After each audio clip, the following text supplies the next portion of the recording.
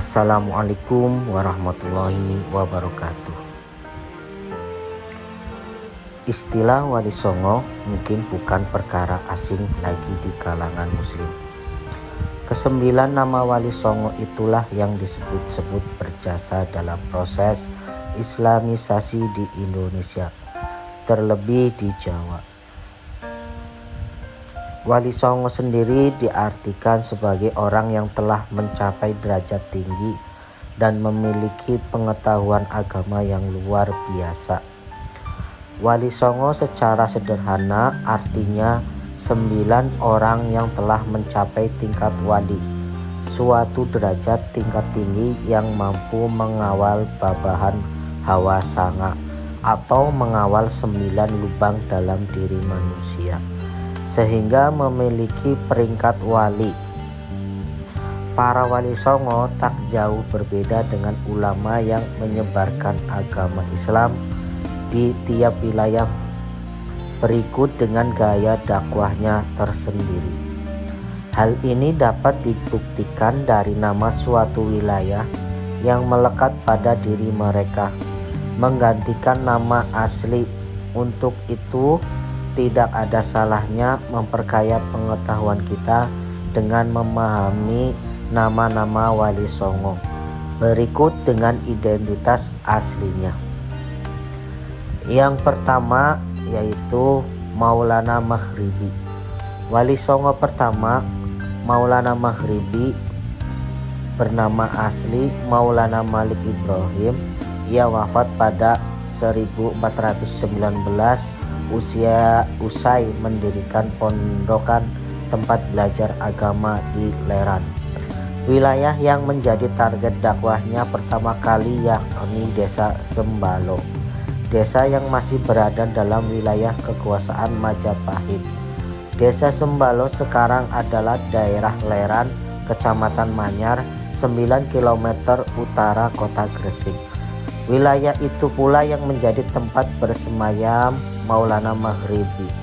Tempatnya di Kelurahan Gapura Sukolilo, Kecamatan Gresik, Kabupaten Gresik, Jawa Timur. Kemudian yang kedua, Sunan Ampel. Wali Songo Sunan Ampel memiliki nama asli Raden Rahmat. Ia adalah keturunan dari Syekh Maulana Malik Ibrahim atau Sunan Gresik.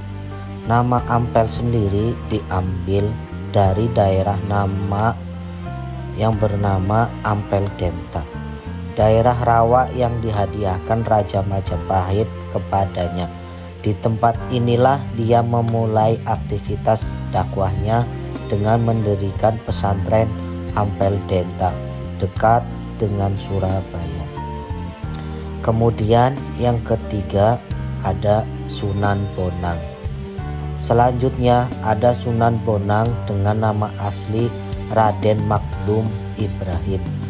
Beliau dilihat dari silsilahnya, ia adalah putra dari Sunan Ampel atau cucu dari Maulana Malik Ibrahim. Karir dakwahnya dimulai dengan dakwah di Kediri, wilayah dengan mayoritas penduduknya beragama Hindu pada saat itu. Kemudian Sunan Bonang menetap di Desa Bonang, Lasem, Jawa Tengah. Di sana Sunan Bonang mendirikan pesantren yang dikenal sebagai Watu Layar. Kemudian yang keempat, Sunan Derajat. Nama asli Sunan Derajat adalah Raden Syarifuddin. Beberapa sumber sejarah menyebutkan bahwa ia adalah putra dari Sunan Ampel. Sunan Derajat melancarkan aksi penyebaran agama Islam ke sebuah desa bernama Desa Derajat, Kecamatan Paciran, Lamongan, Jawa Timur. Kemudian mendirikan musola atau surau yang dimanfaatkan sebagai tempat berdakwahnya. Kemudian yang kelima, Sunan Giri. Wali Songo selanjutnya adalah Sunan Giri yang semula bernama Raden Paku. Nama Giri ini diambil dari wilayah yang menjadi pusat penyebaran dakwahnya di Jawa Timur, yakni bukit sebelah selatan kota Gresik yang bernama Bukit Giri pada 1481 Masehi.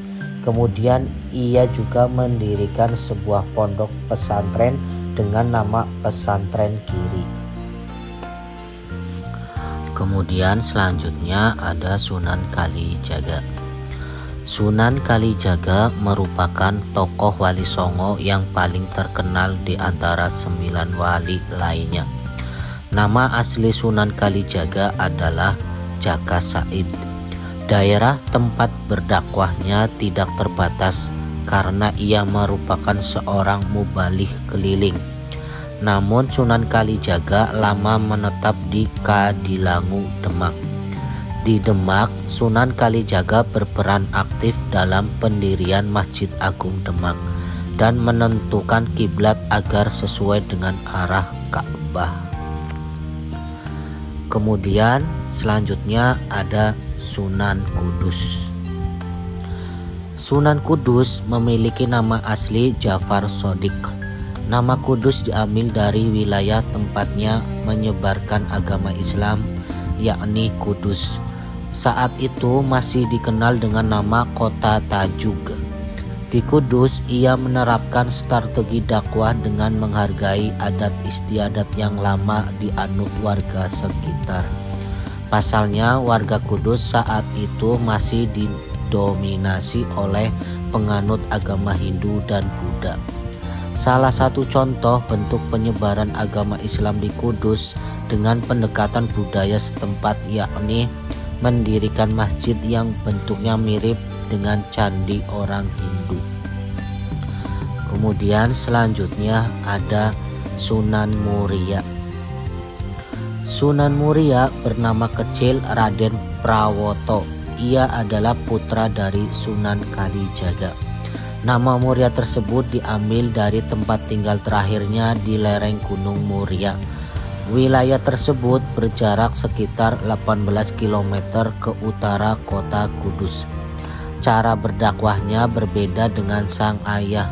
Ia lebih memilih daerah yang sangat terpencil dan jauh dari pusat kota untuk menyebarkan agama Islam lewat para pedagang, nelayan, pelaut, dan rakyat jelata. Kemudian yang terakhir ada Sunan Gunung Jati.